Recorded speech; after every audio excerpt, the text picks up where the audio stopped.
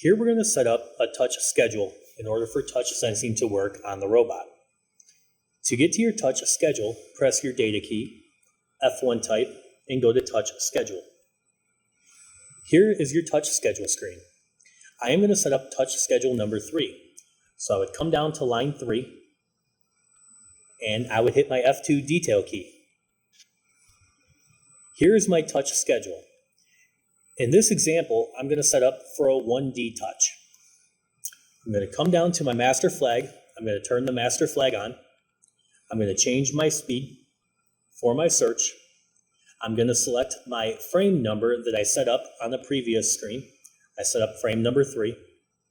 My search pattern, I'm going to change this from simple to fillet lap by pressing F4 choice and select fillet lap. The pattern type we are setting up is going to be a 1D shift. Next, I would go down and set up my contact record PR. I changed this PR so we don't overwrite any data that's in PR32.